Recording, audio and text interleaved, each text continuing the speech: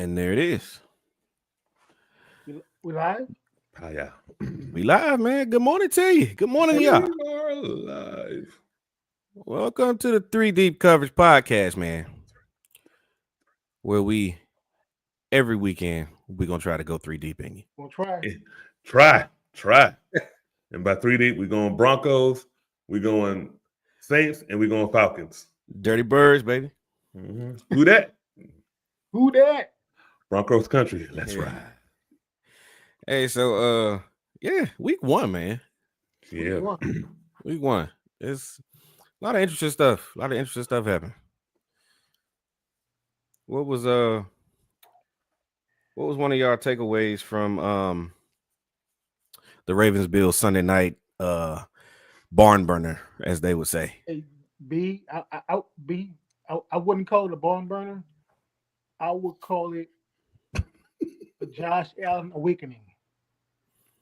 Okay. All right. Josh Allen woke up. Mm-hmm. Or did we wake up to Josh Allen? Ooh. Aha. I like the Eddie Murphy thing. Yeah, there you go. Mm-hmm. Yeah, that game, it was one of those games where you forget that the Ravens have blown so many fourth quarter leads, and you're like, wow, they really turned it on. They really turned it on this season. They look really, really good. Derrick Henry looked amazing. Mid-season form, right? You know, it's like we saw the videos in the offseason of him, running that hill and training. All the hard training and stuff. I'm like, man, this dude looks amazing. Lamar Jackson didn't light the world on fire, but he looked decent. He looked decent. They look so balanced because they didn't have to 209 throwing, 70 rushing, 3 total touchdowns. I mean, yeah, and I really thought that offensively, the Ravens called a really, really good game. Like you said, they were really balanced, but for the most part, they kept Buffalo on their toes. They did. They really kept Buffalo on their toes. But they did, however, go on to lose the game. Talk about that, bud. They did, however, go on to lose the game. So that left me with, I was shocked, number one, but as I slept on it, I woke up the next morning and I thought about, y'all know that y'all know, I think it's I want to say it's a Scooby-Doo meme, right? Mm-hmm. Where they unmask the person, but once they take the mask off, it's really somebody else. Right. Yeah, I do. So when I woke up, I thought about John Harbaugh, this is a nice coach. Nice coach. Let's take the mask off. Who's really under there? Sean McDermott. They are the same person. Now, the only difference being we have given John Harbaugh a pass for so long because he has a Super Bowl to his name. True. He's got a Super Bowl. But since said Super Bowl, he's been Sean McDermott. He's gotten there and he's gotten to the playoffs and underachieved. He's blown his teams have blown how many fourth quarter leads? 17. Now, Sean McDermott, he doesn't have that fourth quarter lead blowing problem. He just has a problem of getting to the postseason and then, folding like origami. But for all intents and purposes, as far as I'm concerned, John Harbaugh and Sean McDermott are the same person. Go ahead, Kenny. All right. We didn't. You said, what did we discover? We discovered Josh Allen, or did Josh Allen discover us? I'm just saying what we saw is John Harbaugh take a dump on himself on national TV because you're up 15 points. Yeah, man. Like 9 minutes to go. That's. I'm just so happy that it happened because for the longest time, people would blame Lamar. Yeah. And they're just like, talk about it. I don't want to go too deep. This is probably another pod. But Yeah. I love how the media loves attacking athletes, and most athletes look like us. Mm-hmm. And you notice that most people in the media, especially radio and podcasting, don't look like us three. So they love attacking. But no, it's the white man's fault. I'm sorry. And then when the stats come out and show it, it is like, no, it's his fault. He got his first start. He was Andy Reid's special teams coordinator. Brandon, you say since the Super Bowl. I say since 2014 because 2014, people forget they almost beat the Patriots. They did. Almost beat the Patriots. And then since then, something broke. I don't know what happened. He's just really, really bad. Zach Orr is not as good as I thought. I've always questioned Eric DaCosta, because I know their defense runs from the back end, but I'm sorry. Right. Yeah. You need pass rushers. Yes. You need people to get someone off their spot. And you're not investing that much in there. But here's my take. Here's my spicy take, hot take. Lamar's contract is up in 2 years. He'll probably renegotiate next year. Honestly, if I was Lamar, I would pull a Magic Johnson. I would pull a LeBron James. I would say, yeah, do you want me to resign? I want a new head coach. And then that's a spicy take. The first NFL player to try to get a coach fired. Second, part two, or the addition to the spicy hot take, trade for Kevin O'Connell. Woo. Okay. Okay. All right. That's what I would do if I was Lamar. Okay. Okay. I like that. Yeah. I like that. Hey, look, I'm gonna tell you my whole spicy take on this joint, man. What game did we see last Sunday with the Ravens and the Bills? In my opinion, we seen a preview to the AFC championship game. That's my take on it. Because these teams, for some reason, I see that they're going to meet again. Now, y'all put some good stuff out there. Y'all did some good hot takes with all the coaching. I was thinking coaching as well. Yeah. But I'm thinking the Ravens defense needs to be revamped. Like you said, they work from the back to the front. They're kind of their strongest with Hamilton, but they need a pass rush. Yeah. They need that Ray Lewis middle linebacker. And I don't know if Patrick is that. I think it's Queen is gone, right? Yeah, he's yeah. So one thing that we've always known about Baltimore, right, is they're known for pass rushers. They're known for a big fire hydrant in the middle that plugs up the run and takes up blockers so that the all-world linebackers can be great. And they also known for safeties. Yeah. So, missing on this team right now, there is no Tony Siragusa. There is no Haloti Ngata. Patrick Queen, he went to Pittsburgh. So, and nothing against Roquan Smith. I think he's a heck of a player, but he needs bodies in front of him. Like he needs dogs in front of him. And the reason why I don't slight him is because that's with any linebacker, that's with any defense. If you don't have an active defensive line in front of you that can shed blocks and get to the ball, or at least occupy blockers to allow your athletic linebackers to roam, then it's not going to work out. I don't care if you got Ed Reed, Hamilton, Champ Bailey, Ty Law. I don't care who you have back there in the secondary. If they have to cover for more than 5 seconds, that's it. It's not going to be good. Yeah.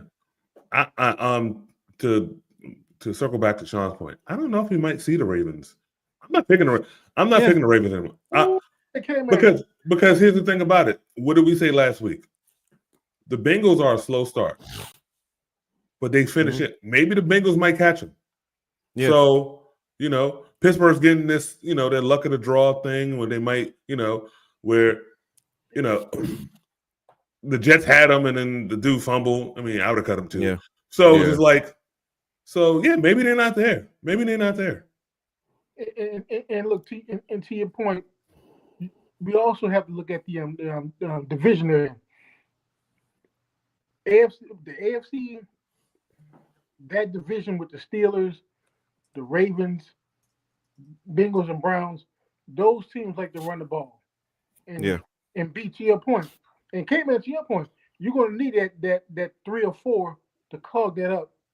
But I don't think the Ravens have that yet. Yeah. No. And I'll say last thing, I blame the white man. But Mike McDonald and Jesse Minter, and they coach their defense really, really well. Zach Orr, brother, what's going on? I don't know, K-Man. Yeah. So. And I got something to share about Mike McDonald when we get to picks. Yeah. Because y'all, I told y'all last week when y'all asked me about the Seahawks, I had to see it. I saw some good things from Seattle, but we'll get there. All right. So now into the 3 deep coverage. Let's talk about our teams week 1. Sean, let's talk about your Saints. Yeah, man. Look here. I'll tell you this, man. I give my Saints a C+, and the only reason I say that is because this season our strength is going to be our defense. The defense played well against Kyler Murray and them. They limited a lot of things that Kyler tried to do, running, passing. And when I looked at the stats in the film, I was like, dang, I said, okay, our defense played pretty well. Now, our offense, on the other hand, Kellen Moore, it didn't pop. Didn't pop. That's the thing, didn't pop. Not now, Brent. We had glimpses of what we could be, but then injuries happened. We had a lot of, and I hate to say this, we had significant injuries at the tackle position. Sean, Spencer Rattler threw the ball 48 times. He completed 27 of them, right? 27. 48 times? How many times? That is not. How many times did Michael Penix throw?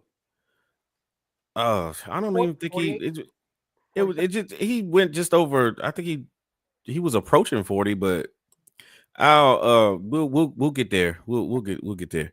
But for crying out loud, bro, like if y'all are trying now, I get it if y'all trying to tank, which is what y'all should be doing this season. But if Kellen,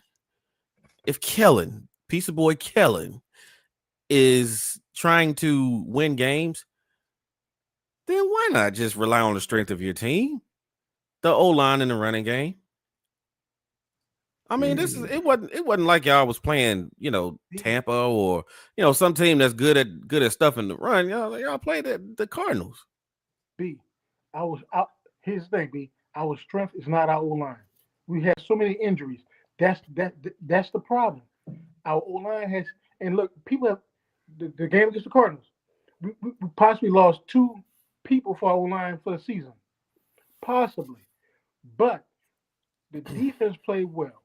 And that's the second year in a row where in the first 2 weeks you your offensive line. Right, K-Man. What's going on with your medical team? I know, K-Man. I knew you was going there. It's the gumbo. Oh no! All I know is the Broncos get super arrogant about their training program, and this dude named Bo Lowry, and they paid him a lot of money to come to Colorado. I'm assuming he played with this. He worked with the Saints. He ain't got no assistants. Like Jesus Christ, what's going on? Yeah. So even though y'all lost the game, what grade overall would you give the Saints in week 1? like I said, man, I would give him a C plus. And look, that's based on the defense, the way the defense played. Now here's the thing: I watched the last maybe maybe 4 minutes of the game because it popped up on TV, and I was like, okay, the offense is moving, but it's typical Saints, man. All the years I watched the Saints, even when Sean Payton was the coach, we wait till the last, like the fourth quarter, to mount a comeback, and it's always dramatic. And most of the time, we lose. And I'm like, typical Saints, they wait till the fourth quarter to start moving the ball, and I'm like, why? I blame the uniforms, but that's neither here nor there. They're terrible. The uniforms are good. I gotta get that. I gotta get that gold jersey. Yeah, that's why y'all lost. Kendi, you wanna hit the Broncos or you want me to hit the Falcons? Let's hit the Falcons because y'all had the worst. Yeah. So Sean, as you know, Sean is that teacher who grades on the curve. I do not. I'll give my grade. Let me go to my handy dandy notes. Okay, let's go. Bo Nix looks sloppy. 3 turnovers, 2 interceptions. Like he's feeling himself too much. He's feeling himself way too much. That's what I heard too. And then Sean Payton gave him way too much freedom to check out of plays. He was checking out of run plays to throw those terrible passes. Spencer Rattler threw 48 times. Bo Nix threw 40 times. Now, the Titans had the number 2 overall defense last year. They were a really good defense. They have a really good offensive line. Defensive line. But Jesus Christ. Why? Supposedly, according to analytics, the Broncos had the number 1 block win rate on offensive line. Run the damn ball. Run the dang ball.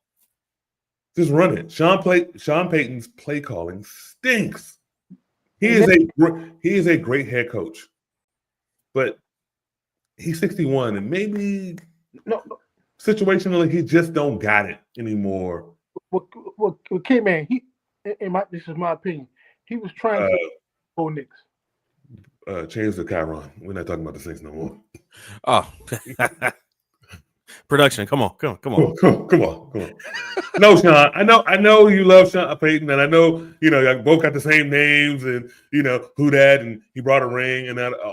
No, man, his play calling stinks.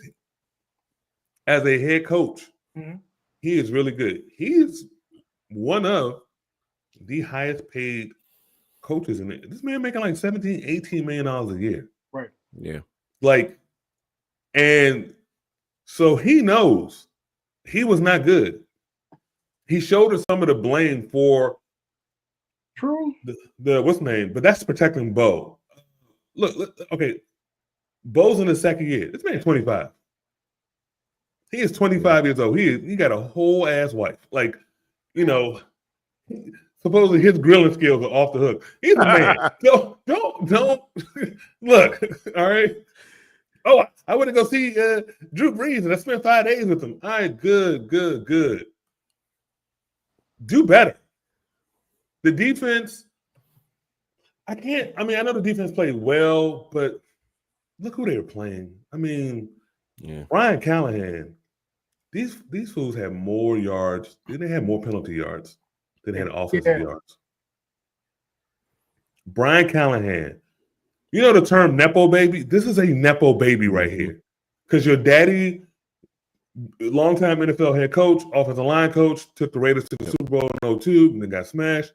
You have no business getting a job, but we understand the owners want this is a good old boys network throughout the NFL. It seems, Nathaniel Hackett still has a job because his friend Matt LaFleur gave him a job. This is a good old boys network.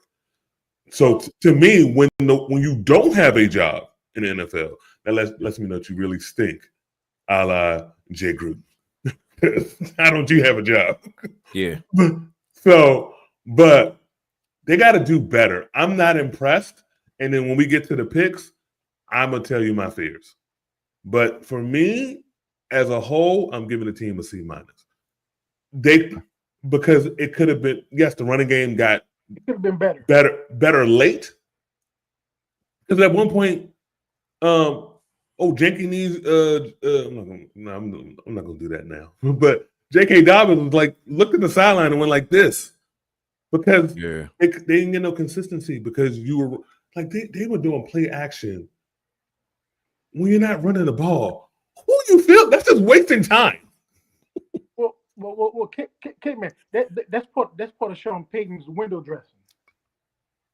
The dressing actually works if you run the ball. Then that's why it's called play action. If you're not running the ball, who are you fake? Like the play, everybody knows play action is to freeze the defense for a second or millisecond. Hang the linebacker. Yeah. But if you ain't running the ball, you're just wasting time on yourself. The handoff is just taking away time. I mean, it kind of goes both ways though. Like, yeah, you may be running play action and not running the ball. Okay. But if you have the defense thinking that you're going to run the ball early, then it still works in your favor. Yeah. And like I said, and if you look at it, play action, because I played linebacker on the scout team, play action is to make those linebackers, okay, run. First thing is run. They're going to take 3 or 4 steps up, and then when they realize it, they got crossing routes coming in or going like that. Yeah. Right? Linebackers going to come, it's going to pause them, and then before they realize it, the person is running behind them, ball is going. Yeah, I keep saying these little things about play action. What is the purpose of? How does play action actually work? Okay, so all right, let's take it. Let's take it a step further. All right, so in preparation throughout the week, right? The Titans knew that y'all was gonna. They had an idea that y'all would probably want to try to run the ball on them. Okay, so especially early. So what are the coaches going to do? They're going to install certain packages early on to where they sub in run stuff in D lineman. They sub in more base defense. And now I don't know. I don't know how much. I didn't watch the game, so I don't know how much nickel that Tennessee played early on. I would imagine that if they were expecting y'all to run, they played nickel. They kept talking about their 3 safeties. They played a lot of that. Okay. All right. So they were in a lot of nickel, but up front. So did they have 5 deep? They had 5 DBs on the field, 3 safeties, 2 corners. Mm-hmm. Okay. So 1 middle. So I'm imagining that they had 2 deep safeties and 1 safety playing up for it to be that third linebacker. Yeah. I'm imagining. Yeah, Diggs. Mm-hmm. So if they're on the sideline and they're going like, all right, y'all, in all of our week of preparation, we feel like they're going to try to run the ball early. So let's bring you up third safety to be that third linebacker and let's try to cap this run. Well, play action will work to your benefit if you have the team thinking that you're going to run the ball early and you try to throw them a curveball and then you don't. See, here's the thing about it. You keep saying early. They weren't running the ball and they were running play action in the third quarter, and they only ran the ball like at the time like 4 times. Like, what are we doing? That's what I'm saying. You're like, that's early. But look, third quarter, when you only ran the ball like 10 times. Okay, so in the fourth quarter, the running to passing splits changed more to the run, but still. And yes, they were facing stacked boxes. Okay. So I get the checkouts, but I was thinking this was more so a first quarter deal. No. Okay. All right. Fair. That's not the game. Okay. And then they had a 4th and 8 with like, I mean, it was just like, it was really bad. It was just someone said on the radio, I mean on the broadcast, not the broadcast, but on the commentary, like Sean Payton was being too cute. Yeah, he's absolutely being too cute. He was being too cute. He was. And look, and I'm gonna tell you, when I watched some of the highlights, kid, man, I looked at it from a defensive perspective, and you're right. They had a bunch of nickel. They had the one safety that could be what you call a hybrid, or and I'm like, wait a minute. If they keep doing this, the check down was there. I would have checked it down, but Bo Nix is gunslinger. The finally time he checked it down, you went out and got Evan Ingram. He's supposed to be your joker. He's supposed to be your space eater. You throw it to him, and then he finally catches the ball, and then he has cramps in his, and then he had like some quad issues. But if you'd have thrown the ball earlier instead of, I'm not, So he went from being essentially a space eater to a space heater. Yes. Useless. But so let's go on to the Falcons. Yeah, I'm getting mad again. Let's talk about the young harlot. Yeah, I'm gonna get there. I'm gonna get there because there was a reason why we ended up in that position. We should have never been in that position to let the game rest on his leg. True. I told y'all in the group chat that I felt like another person was on the hot seat, and this was beyond Youngway. Zach Robinson, situational play calling, very, very poor. I get that this is Todd Bowles. I get that this is Tampa Bay's defense. I get that, on the opposite side of your offensive line, you got Vita Vea staring you in the face in the middle of your defense, right? I get it. Yet on 3rd and short, 3rd and 1, 4th and 1, you come out in pistol. I know what you're talking about, B. And your running back is 7 yards off the line of scrimmage. Meanwhile, you got Vita Vea, Kalijah Cansey over there just, we know what you're going to do. Waiting. Bro, I was so frustrated at the situational play calling on Sunday, mainly because we gave up on the run so early. And, like, granted, Penix was a rock star. He was a rock star on Sunday. Dude is the real deal. Dude, he's got it. Like he's got it. Yeah. He's the main reason why we had a chance at the end, right? That last drive, we already knew Mooney was out. He didn't play. Mm-hmm. Drake London went out with with I believe it was a shoulder, I want to say, or a collarbone. But yeah, like top 2 receivers missing, didn't care, didn't flinch. He sliced Tampa up that last drive. And so I love what I saw from him. We were almost able to overcome a very, very poorly called game by Zach Robinson. But I feel like that in and of itself played a big part in leading to, the missed kick at the end. Now, I'm gonna go through the team. I'm gonna give each position group a letter grade, and then I'll give us a final letter grade. QB, I gave Penix a B+. Dude was, he was incredible. I love what I seen from him. Sean, for your information, he threw 42 times. But this is Michael Penix we talking about, not Spencer Rattler. Okay, all right. So I gave him a B+. Running backs, I gave them a C. They couldn't help that they couldn't help the play calling. They didn't have many holes to run through when they did try to run the ball.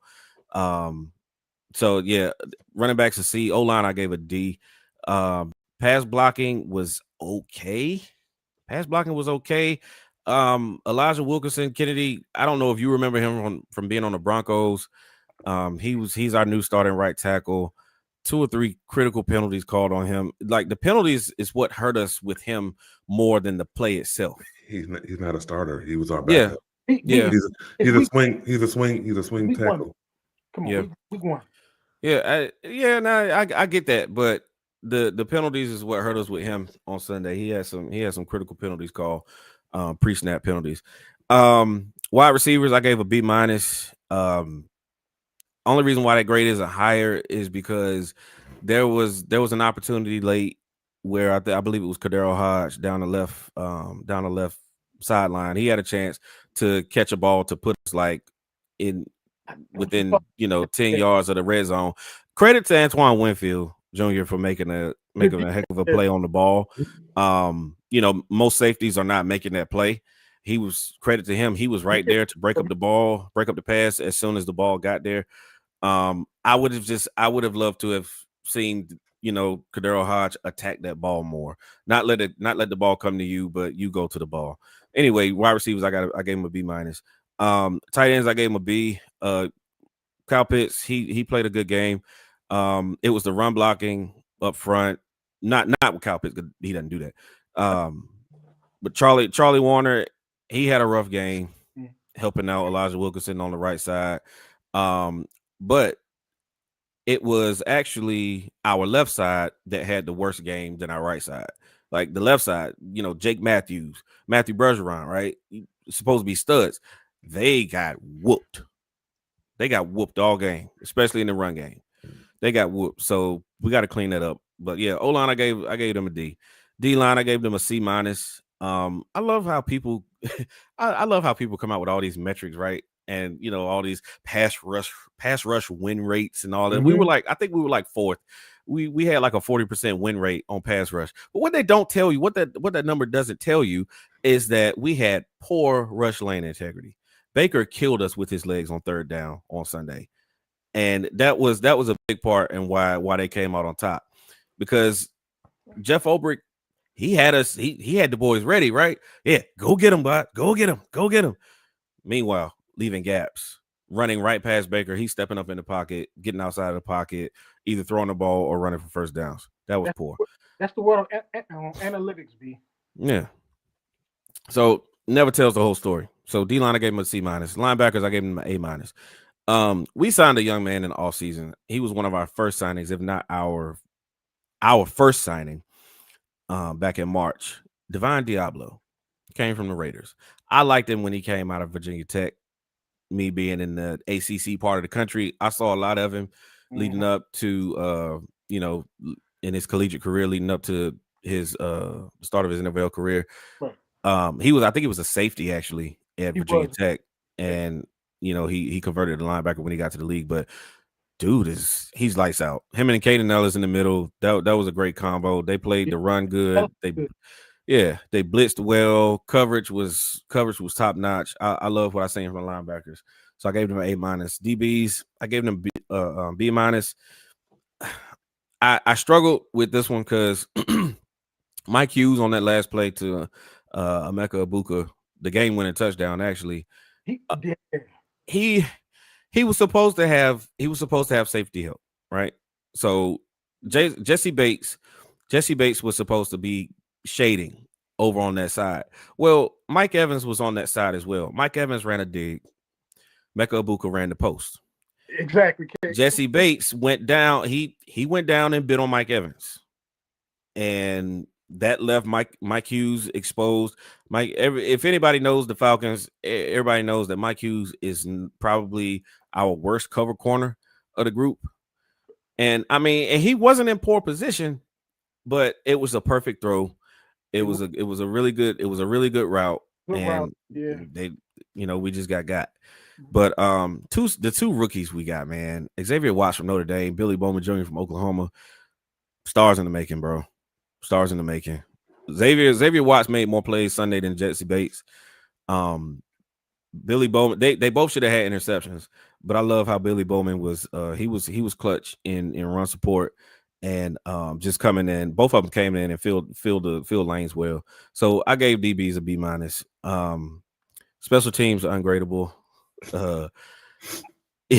Yeah, like everybody after the game, everybody was talking about the missed kick. Yeah, but let's not talk about the 56-yard return that we allowed in the third quarter. Like special teams as a whole stunk, and so I think coaching needs to be looked at there as well with Marquise Williams. Love him to death, but yeah, bro, your special teams unit was piss poor on Sunday. And then finally, coaching, I gave a D. I gave the coaching a D. I like some of the things I seen from Jeff Ulbrich Some of the I like some of the pressure that he dialed up. Yeah, and that was another thing that pressure win rate metric that came out. That was another thing that one more thing that didn't tell the story was we got that pressure with 5 guys mostly. We weren't getting that much pressure with 4 guys. And this was with Tampa missing 2 O linemen and another O lineman playing out of position. So there's we got the 2 rookies up there, Jalen Walker, James Pierce Jr. I think James Pierce ended up with like 4 pressures, but they're rookies. One of the hardest positions to play when you first get into the league is pass rusher as a rookie. So we're gonna have to give them time. But overall, man, I gave us a C-. I gave us a C-. And B, to your point, B, you hit it around the head. Situational play calling and coaching, B. God dog. It'll kill you, man. It'll kill you, especially against quality coaching. Especially against quality coaching on the other side. And we all know this ain't Todd Bowles' first rodeo. He's been doing this. Right. But that's what left me so impressed with Michael Penix was like, man, like he for all intents and purposes, he was lights out. He was lights out. He from making checks at the line of scrimmage, not forcing too many throws. Now he did have one throw over the middle that should have been picked, but the dude just flat out just dropped it. It hit both of his mitts right in the middle. But other than that, yeah, Penix was good, man. Yeah. As far as young Janine,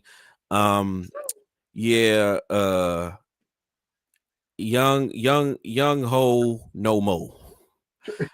I believe we signed Parker Romo. He kicked for Minnesota last year, went 11 for 12.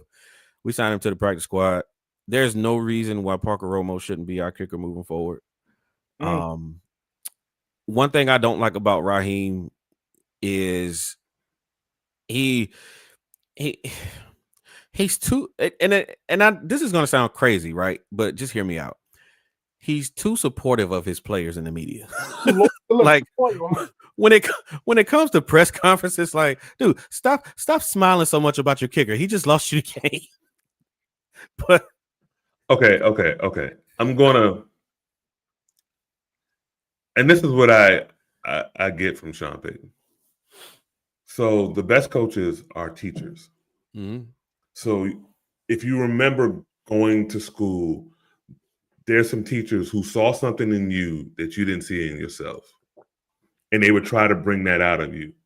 So that's what Raheem is trying to do. So I understand why he's so supportive, because I've seen the exact opposite with Sean Payton when it came to Russ. He was throwing that man under the bus all the time, throwing, like, to this day, he still throws shots at this man. I'm just like, come on. He did. Wow. Leave him alone.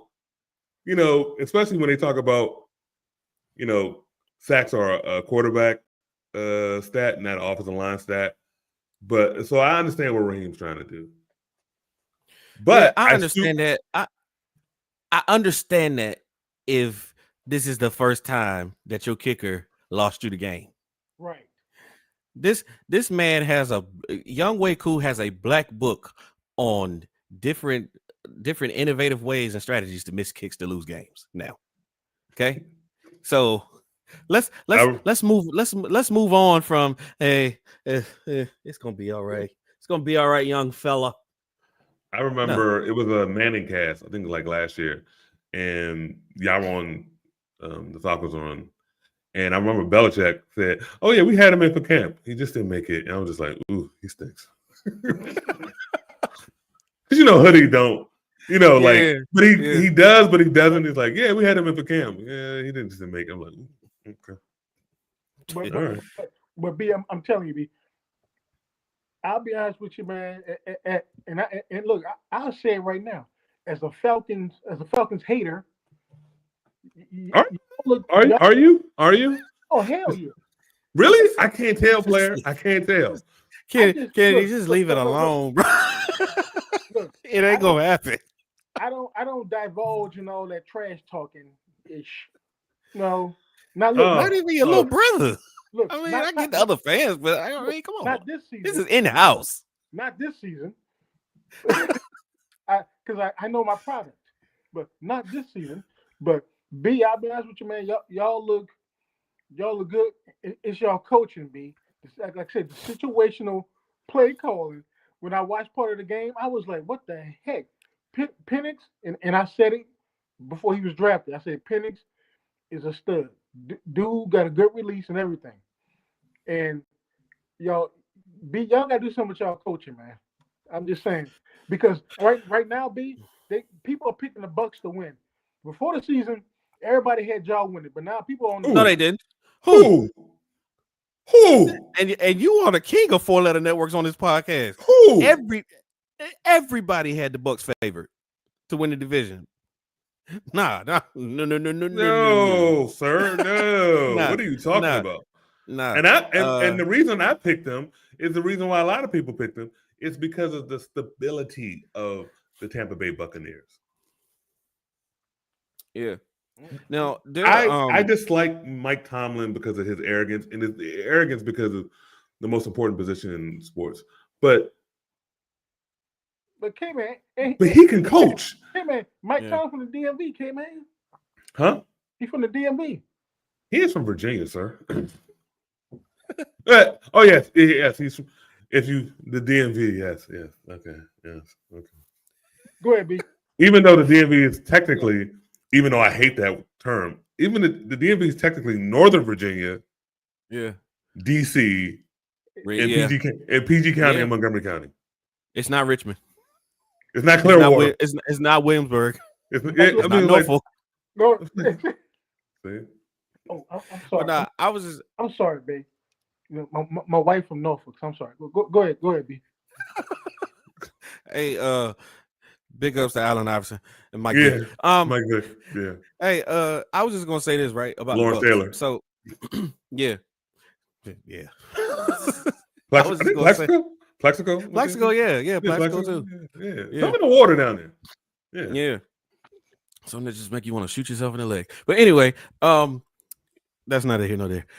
Okay, so I was just gonna say this about the Bucks. I'll see dogs fighting each other, but whatever. Right. Or the love of cocaine. Shout out to the Clips. Let God sort them out. Hey B, when we saw the Clips at the Amtrak, we said the door. I said, B, look at him do. He didn't ride the train. But I'm sorry. Go ahead, B. Nah, I was just gonna say this right about the Bucks. Kennedy mentioned stability. We talked about it. We talked about it before, like leading up to this point. It was on full display on Sunday. Like their offensive coordinator left, went to coach Jacksonville. And there could have easily been a glitch in like play calling or anything. It was the same recipe, same program on Sunday, and it's just a credit to not only the front office but just Bowles being able to manage a great coaching staff. It's when you're a head coach, you know that you have some guys that could be going off. Like we lost a lot. I mean, the Broncos lost a lot in their front office and their coaching staff. Yeah, but they have got some new guys in. Not Todd Bowles. Darren Sproles next year will be a coach for the Broncos. A linebacker that was on the Super Bowl, Todd something. I can't remember his name right now because my brain is 7 o'clock in the morning on the staff. So that's what you got to do. You're gonna know you're gonna lose play, but as Sean Payton says, it's a good thing because that means your program is doing well and other people want to mimic your program. So right, and so Todd 2 years in a row losing Dave Canales and then losing Liam Cohen. But I will say this: it's game 1, week 1. We'll see. Let's see how it looks. Week 1, week 7, week 11, week 15. And K-Man, we said the last podcast. We said by week 5 or 6, we'll know who these teams are. Right. Yeah. Now I'm gonna have a good idea about my offense after this upcoming week, after tomorrow, because Ooh. Early Brian Flores is a savage. Now he wasn't so much on Monday, but he is traditionally a savage, especially when it comes to young quarterbacks. So we'll see. and B, I think that's a good segue into pick, Sean. that game is Monday night, right? No. Sunday night. Or Sunday night. Yeah, right. Monday night is the doubleheader. All right, B Wig. I'll start with you, B Wig, because you tried the rice. So, look, y'all gotta go for anybody watching. Y'all gotta go back. Y'all just gotta start watching from the beginning to get some of these jokes. Yes. All Under right. the old name of the pod. Yeah, for real. All right, B. Oh, first of all, shout out to the Packers. And Sean. Yeah.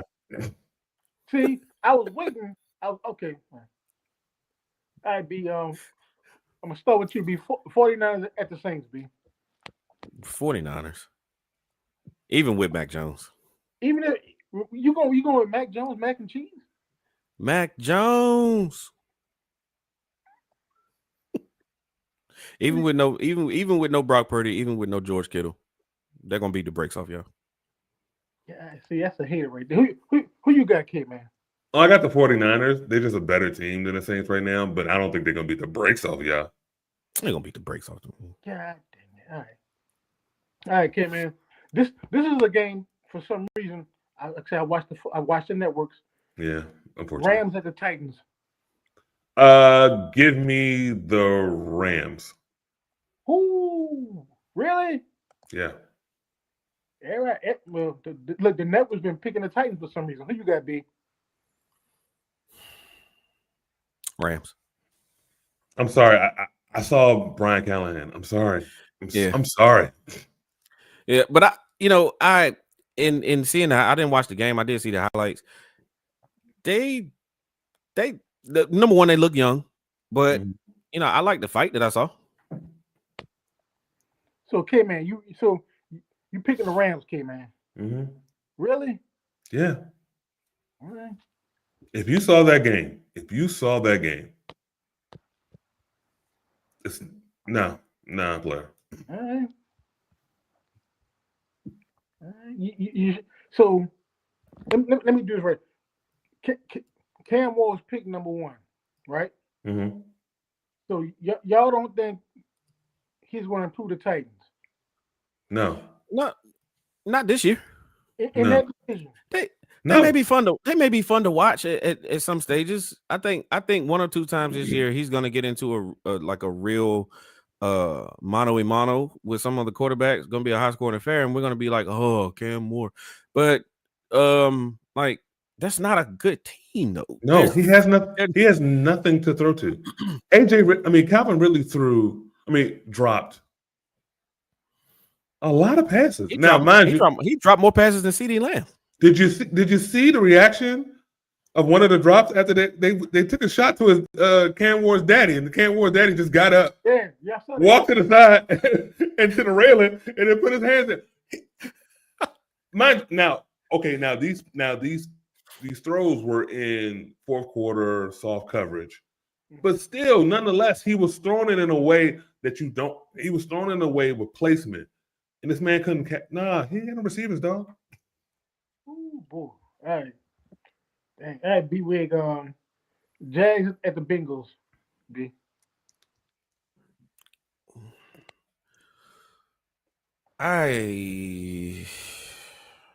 That sounds like Patrice O'Neal.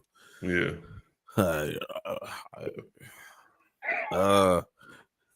Gosh, I'll take the Bengals. I'll take the Bengals from purely like a talent perspective on offense. Mm-hmm. But I did like some of the things I saw from Jacksonville on Sunday. They showed a commitment to the run. And I felt like they did the right thing in giving Travis Etienne like the overall job at running back, because they traded Tank Bigsby to Philly right after that game essentially. Basically. And so Etienne is the guy now running back. I like what I saw in Jacksonville. I just, I think that Cincinnati may be a slightly better team at this juncture. Dang. Who you got, K-Man? I'm taking Cincinnati. There is some talk about Cincinnati's defense played well. They're playing the Browns and Joe Flacco. Yeah. Like, calm down. Yeah. Calm down. But the offense didn't look that good. Now, I will say this. They're also playing the Browns defense. And the Browns defense is good. And so, but I'm going to take Cincinnati in this game. All right.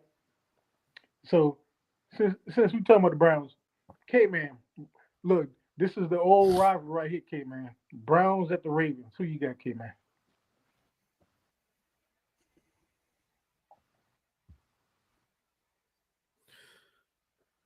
It's a long, dramatic pause. Because I'm thinking. Because you're seriously. Yes, I am seriously thinking. Yes, I'm seriously thinking. Give me the Ravens. I will say this. I don't understand why the Ravens are 11.5-point favorites. Now, I saw some Browns players say, I feel disrespected. First of all, you play for the Browns. And you signed, and that comes with disrespect. Shut up. But this is a divisional game. Exact backyard. And the Ravens be ravening. So, well, see, and that's the thing, right? The Ravens just ravened. And typically after the Ravens raven, the Ravens don't raven again for another 4 or 5 weeks. But who did the Ravens play, though?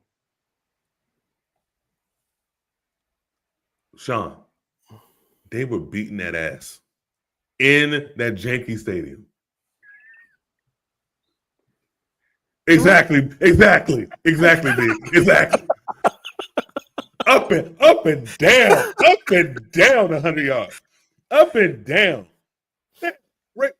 Bills had that one drive, and then they just start.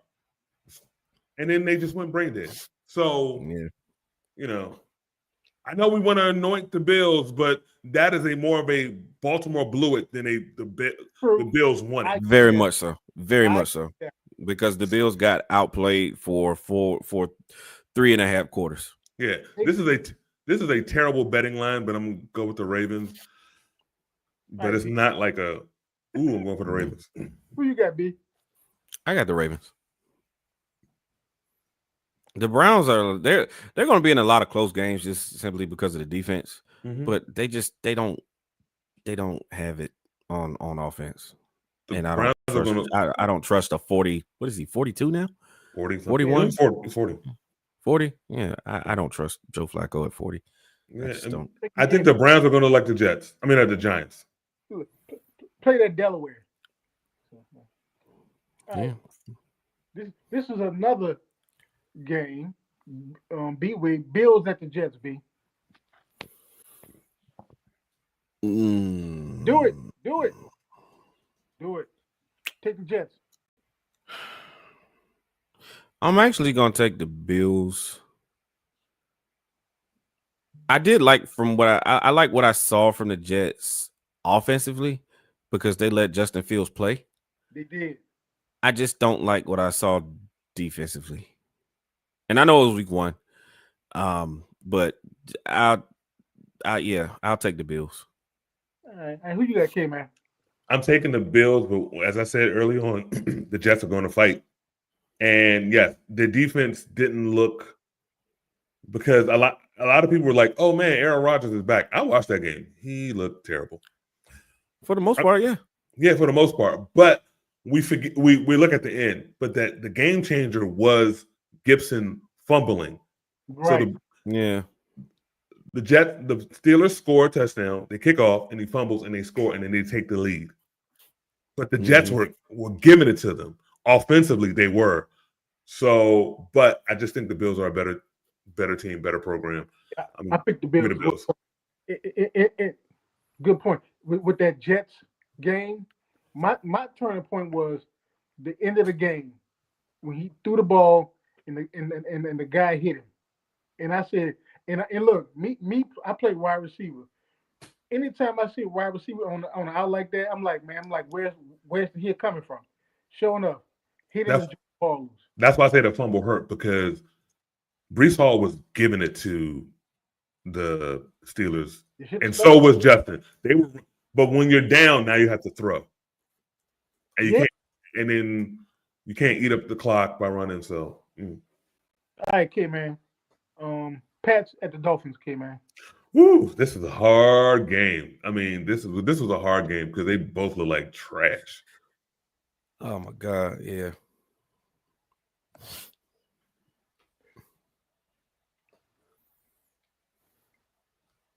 I'm gonna go with the Dolphins. What? I'm gonna go with the Dolphins. Really? Yeah, I'm gonna go with the Dolphins. I took the Pats, man. Only because they're going down to South Florida in September. You know how humid and hot it is. That puts the ball, in there. But the Dolphins got so much going on with them right now. Yeah, I know. I'm still picking it. I'm picking the Dolphins. That's why I picked the Pats, man. I picked the Dolphins. Kept thinking about the theme song from Ballers. Who you got, B?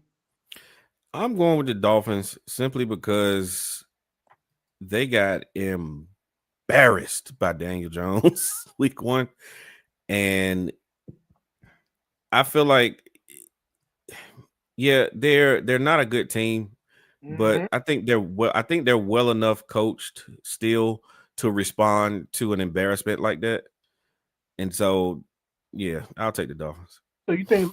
So y'all think Logic gonna pull it out? Huh? All right. Yeah, until he's fired, and then he becomes until he's fired, and he's the Commanders' offensive coordinator next year. Yes. Oh, damn, K man. All right. All right, B. Giants at the Cowboys, B. The Cowboys. The Giants need to go ahead. They need to go ahead and make that QB switch.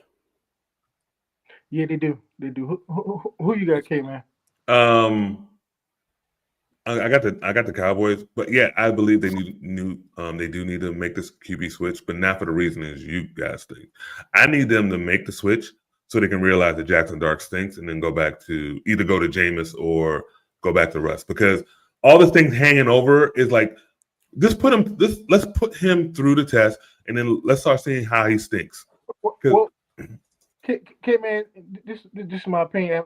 After watching Jackson Dart, even when he was at USC, dude is Baker Mayfield 2.0.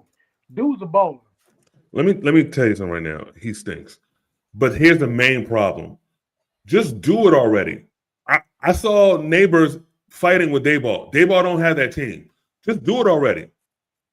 Just do it already. Look, K-Man. He's wasting time to buy time to say, all right, now let me put in Dart and then give me a couple more weeks. No, do it now so we can rip the Band-Aid off and you get fired, and so we can start, And that's why I want to make the switch, because I don't understand for the life of me how Brian Daboll still has a job. Me neither. Like, so you have some teams, right? You have some teams, some young teams where they have a poor record at the end of the season, but you see things here and there. Yeah, you see things here and there that make you optimistic moving forward, right? There's especially on offense, which is Brian Daboll's specialty, supposedly. There's nothing about the Giants that leads you to optimism as currently constructed. So look, you got a young stud at wide receiver, right? You got a couple of them. So look, just throw Jackson Dart in there and just get on with it. Just let this season be what it is. Fire Daboll and just see what happens. See what happens after this season. But it's for him to still have a job is ludicrous, bro. I give the Giants. I give the Giants by week 5. If on the path that they're on right now, by week 5, Daboll is gone. They don't get fired that early unless it's a complete train wreck. But just bring him in. I mean, you want to blame Russ. The offensive line wasn't doing that much. The running game wasn't doing that much. But I just that interaction, I just saw like he don't got the team like that, dog. Like just do it already. And like my thing is this, right? I think back to Steve Wilkes in Arizona, who wasn't doing that bad of a job, and he got canned. So I just I don't like to I mean this, this is a show where this is a podcast where we do keep it real. We keep it real. And I don't like to paint a racial picture all the time, but you compare these two gentlemen, bro, and Steve Wilkes is a much better coach than Brian Daboll, and this idiot has been there for how long now? Is this his 5th year? What is? Let's go into. You want to go a little further? There's a reason why there's a lawsuit that Brian Flores, because before the announcement, Hoodie texted him and said, "Hey, congratulations on the job." But Hoodie's old and don't know Flores versus Daboll, and text the wrong guy. And then now we see the insider. So it's like, yeah, all right, cool. Yeah, that's wild, man. All right, this is another game. Look, we kind of, I don't know which one of y'all brought this up last week, but man, Bears at the Lions. Oh, give me the Lions. Really? Really? Yeah. You say really like you picking the Bears. Stop it. I did. I picked the Bears. Wow. So who you got, B? I'm taking the Lions. For some reason, you're very smitten and taken by Chicago, and I don't know why. I don't know why. I mean, they just pulled a Baltimore on Monday night, and they won't playing that good when they did have the lead. So I mean, I'm not. All right. So, I'm not picking a quarterback that paints his fingernails. I'm just not. All right, B. So Seahawks. Let me see. Yeah, Seahawks at the Steelers, B. I'm taking the Seahawks. I'll tell you why. I watched the game. I had it on. I had that game on split screen with our game. Well, not with our game, with the Texans and the Rams game. I had that game on split screen. And defensively, Seattle's going to be a problem this year for a lot of teams. If they can get a consistent running game to complement Sam Darnold, because he does have weapons, despite DK Metcalf being in Pittsburgh. Yeah. I think Seattle, they could be on sneak attack alert for a lot of teams. I love what Mike McDonald is doing so far with them defensively, because they don't have a lot of talent on that side of the ball. So, yeah, give me the Seahawks.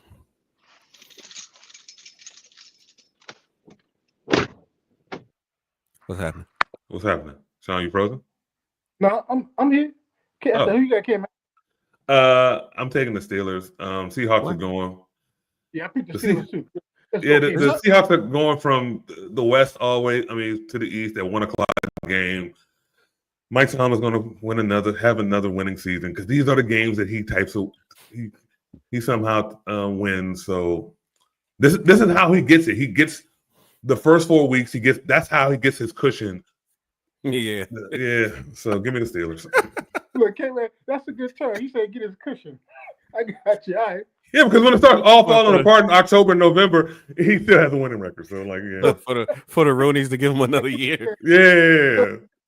Well, the Roonies only had three coaches. So they don't fire people, and he's consistent. So yeah. You're on mute, Sean. You're on mute. Yeah. No, it's not. He's not muted. It's like, I keep hearing somebody getting into a car. I keep hearing keys. Yeah. I can't hear you, Sean. We cannot hear you. We hear a car, possibly backing up, or is your audio somewhere else? Is your audio somewhere else? Is we can't hear you either. Yeah, we can't hear a word you saying, bro. It's like we have your video, but the audio is like on wifey's phone or something. Grandpa. Hello? Yeah. We can't hear you either. Bro, you might as well be signing right now.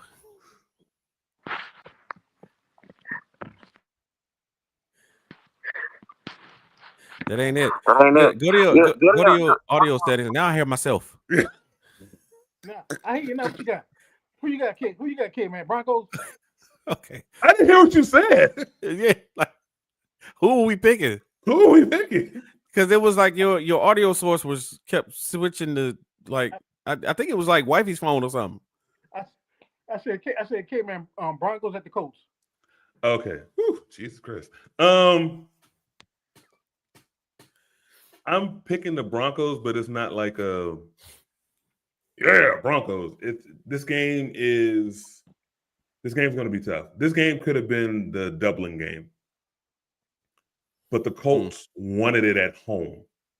The Colts believe that the game last year where they lost and they were leading, and then their running back fumbles right before the one because he was running, but he dropped the ball. Jonathan Taylor. Mm-hmm. They feel that they gave that game away and they could have been in the playoffs. And then the year before, they could have been in the playoffs. So they want this game. This is a game that they want. They want it at home. So the Broncos better come out strong because the Colts have circled this game. But I'm going to give it to the Broncos. But they have to play way better. But K-Man, you sound a little concerned, K-Man. Yes, I am concerned. Look, they essentially Sean Payton came out and said, like, it's going to take the offense a while. It's going to take the offense a while because they're instituting wide zone. They have young pass catchers, and so, but the NFL set up the schedule that there's a good chance that they can go 4-0, 3-1. They have to take advantage of that. They have to play better than they did last week. And they're on the road and against a motivated team. I'm taking the team because on paper we're better, right? And then I don't buy what they did last week, but it's not going to be easy. Ooh, who you got, B? I'm taking the Colts. Yeah, it was 1 week, but I have never in my life seen Daniel Jones throw the ball Me neither. like he did last Sunday. Like where did that come from? Like not even at Duke. Like where has that been the past 6 or 7 years, right? But yeah, I'll take the Colts. I think it's a bad matchup, to be honest, with the Broncos. I think like matchup wise, I think the matchup. I think the matchups favor the Colts. On what side of the ball? Both sides really. Both sides really. I see it more against the Colts offense against the Broncos run defense. That's where the bad matchup is, in my opinion. If the Colts run the ball a little bit more than they did last week, then I can see it happening. I can see it happening. And all Daniel Jones has to do is manage the game. He doesn't have to, blow the doors off like he did last Sunday. If he just comes out, if they run the ball and he manages the game, I think they can win the game. Ooh, yeah. Okay, good point. I B. Panthers at the Cardinals, B. Ugh. That's what I said. I took the Cardinals, but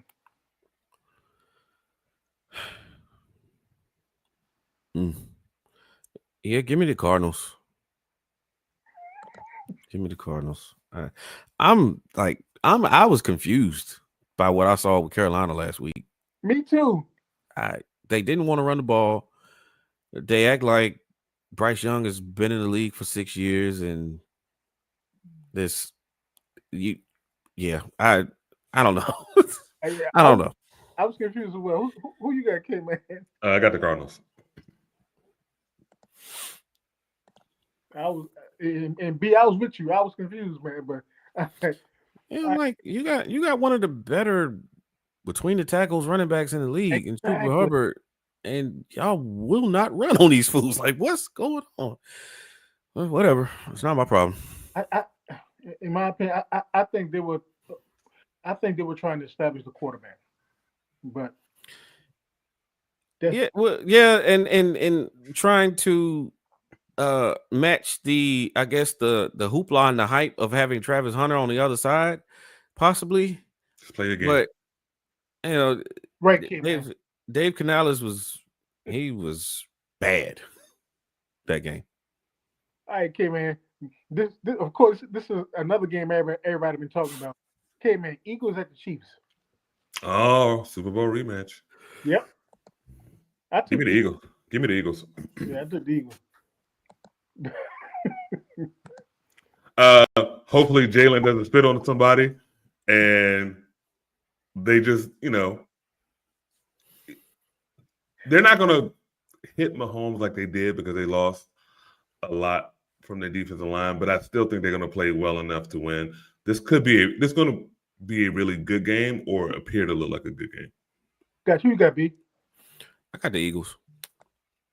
They just, even with the lack of a pass rush that we saw last week, I still think they're a better team, and I think that they're properly equipped to deal with the 12th man being the officials in Kansas City. Yes. And look, I did it on purpose. I waited till everybody made their picks. So K-Man and B. Do we think that the Chiefs are done right now? Their dynasty is done. I got it. Early. We said it before. There's going to be a theme until we get into like Halloween, the first 5 weeks, dog. We don't know. The main characters are still there. Yeah. So until then, nah, I'm not writing them off. I B Wig. B Wig, your Falcons at the Vikings, B. It's a tough matchup. I'm more concerned about this matchup than I was about the one last week. Because defensively, I feel like Brian Flores brings it a little bit more than Todd Bowles does. Now, Todd Bowles brought pressure last week, but and Penix did well against it. Yeah. But the Vikings got some dogs on their D line that Tampa Bay doesn't have. That being said, I'm still taking my Falcons. All right. I think we rebound, provided we, leave Youngway on his way. Yeah. Try the race. Hey, K-Man, who you got, K-Man? I got the Vikings. It's the rematch from the national championship in 2023. We all know how that turned out. So I'm just joking. But no, I'm picking Kevin O'Connell and Brian Flores over Raheem, Ulrich, and Zach Robinson. That's pretty much what I'm doing. Gotcha. All right. So, okay, man, Bucks at the Texans.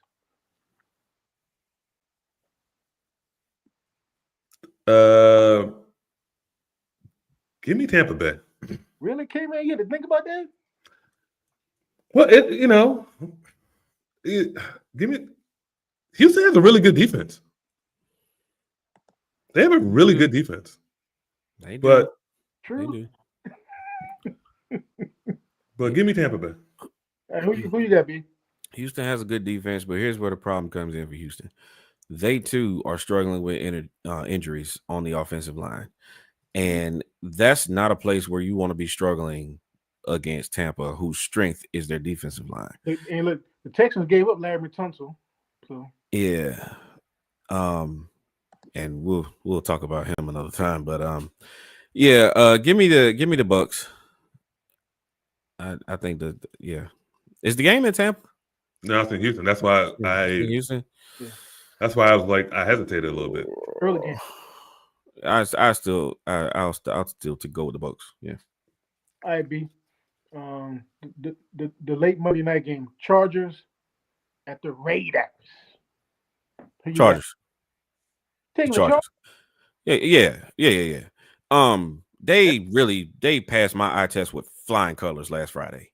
I was concerned. I had my concerns coming into the season, especially with Rashawn Slater being out. Herbert looked good. But Jim Harbaugh put on a coaching clinic last week against the Chiefs, and although the Raiders will this will be a competitive game. I think the Chargers got too much for them. Who you got, K-Man? I got the Chargers in a close game. People forget that Jim Harbaugh and Pete Carroll don't like each other, going back all the way back to USC. What is your deal? Like, it goes back to that. I'm not impressed. I wasn't that impressed by either team's victory last week because New England looked. I was more impressed with the Raiders because they went from west all the way to east, and then they looked good.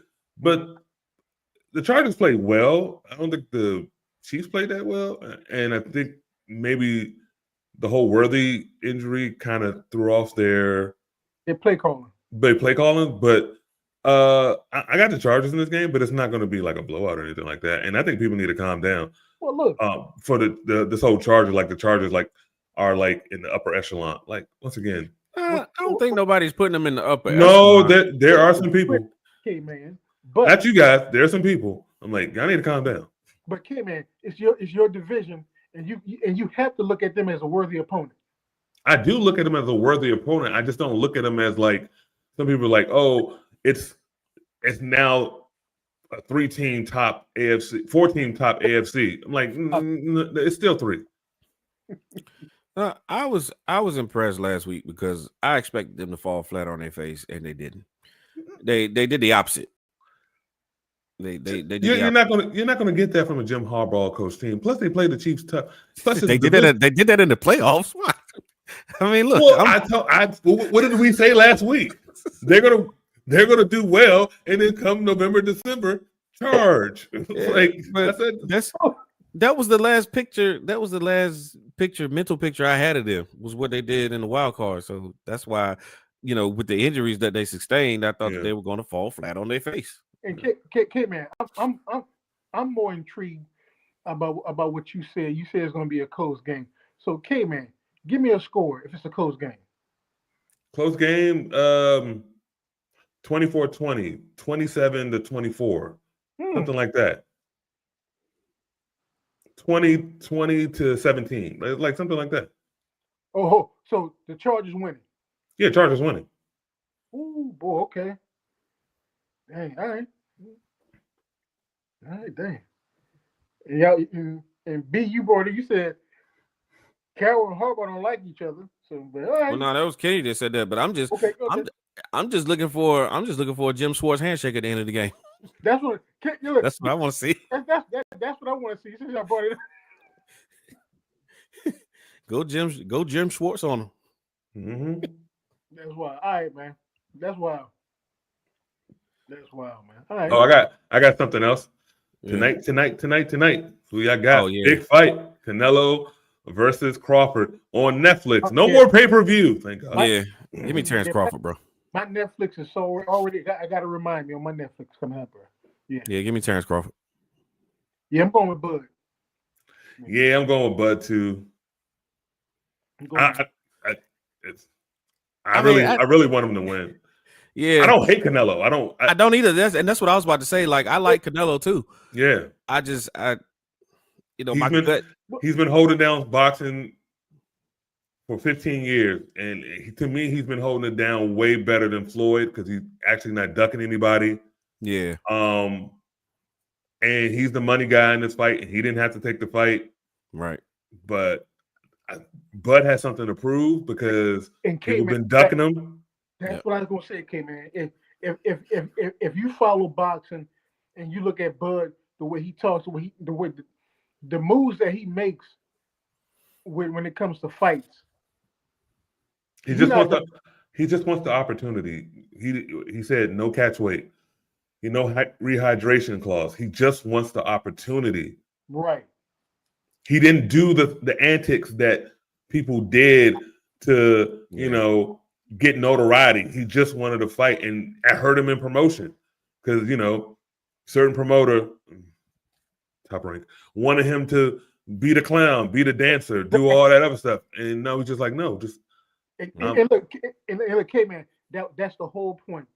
They want him to be flamboyant, like they want him to be Broner.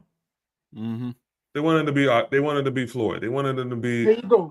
You know. Get a name. Have y'all seen Adrian Bronner lately? No. It's a sad case. Right? He looks like he just got off a second shift at AutoZone. my guy hurting, bro. Hold on, not AutoZone. Yeah, and here's the thing, right? AutoZone don't have second shift. I know. I know, bitch. That's okay.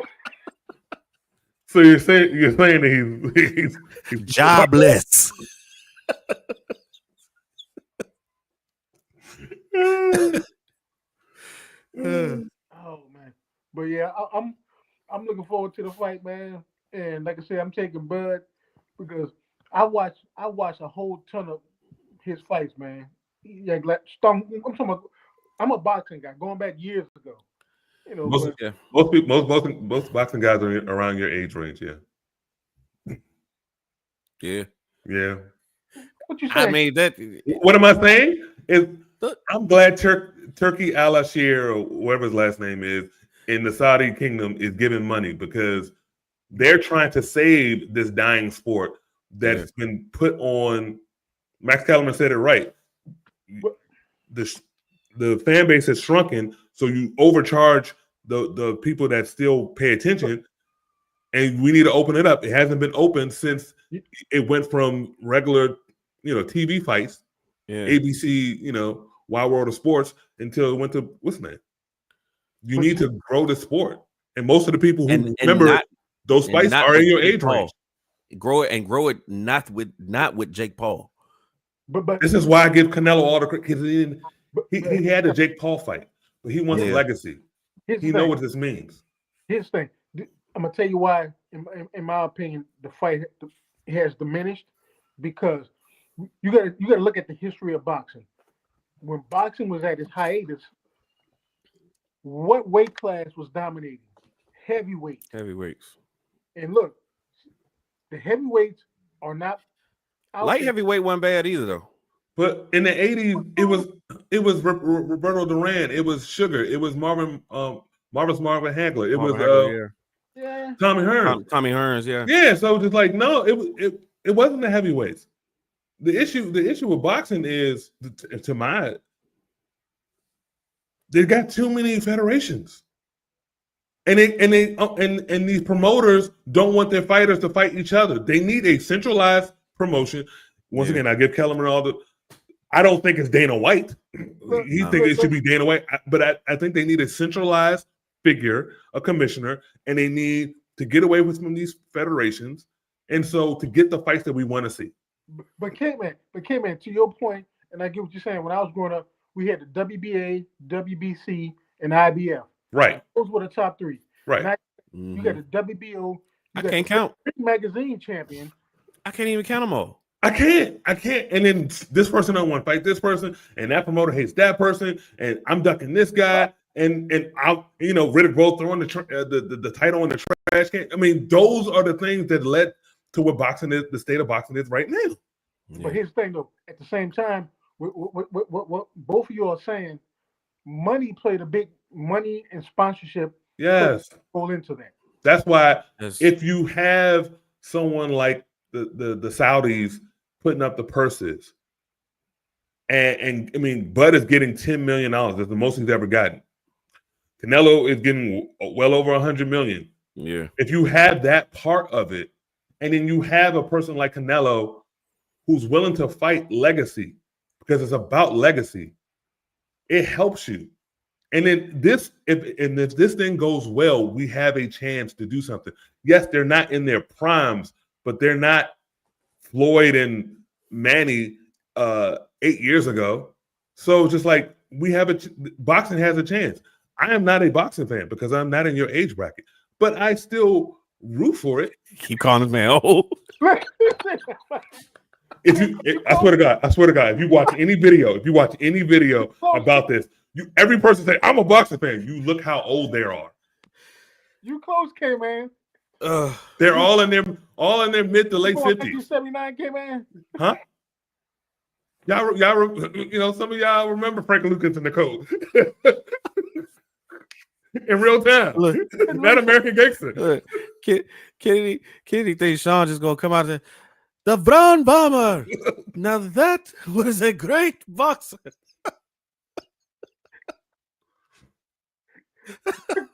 He said the age bracket.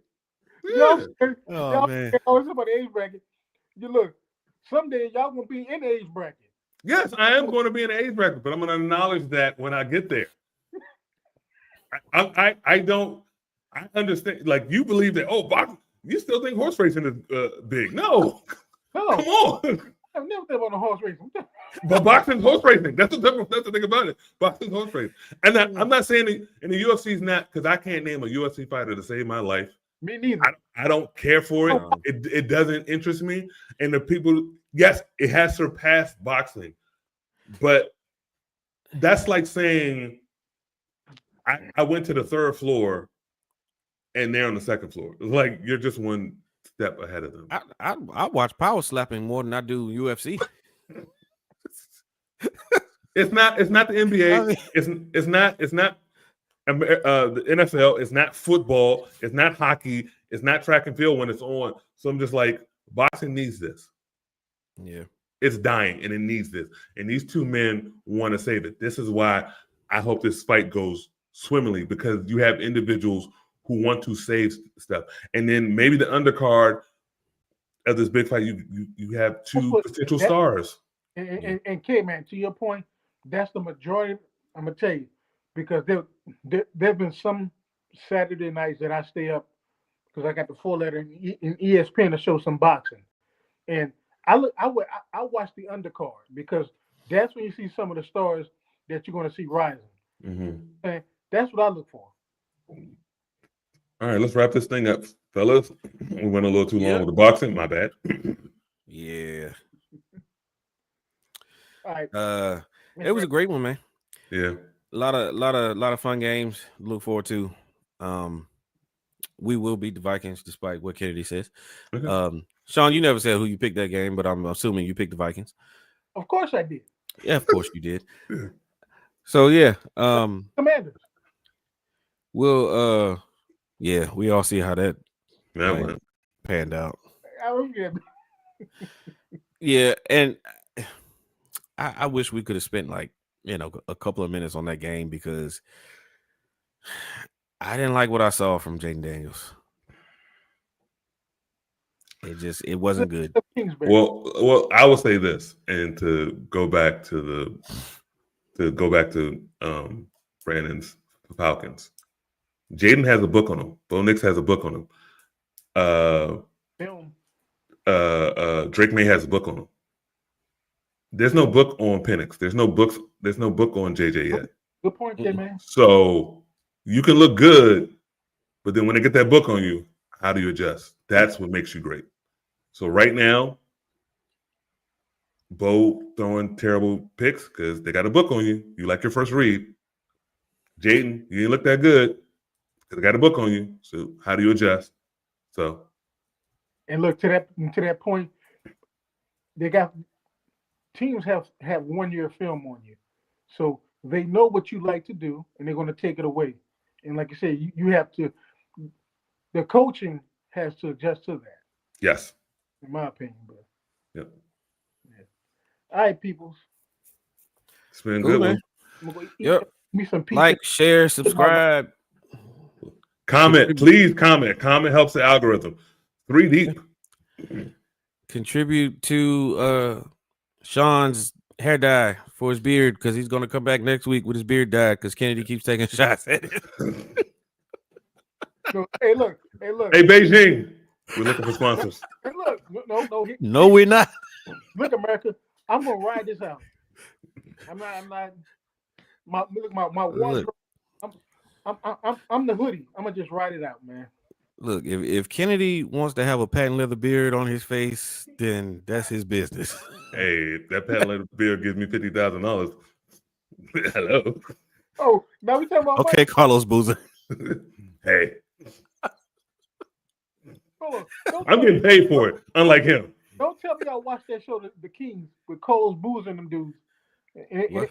they No. trying to find a wife. No. Nah. No. See, you now let me take my stab at let me take my jab at you. See, you got time to watch TV. All these different shows. I ain't got time, bro. It's not even the time. I'm not watching Carlos Boozer. I don't watch that. No, I'm not wasting my time. I see the commercials. I don't watch Yeah. Yeah. Anyway, all right, people. it's been a good one, man. All right, peace. See y'all maybe 3 next deep. week. We'll see. We'll try. We'll see. Holla at Till y'all. next week. Holla. Peace.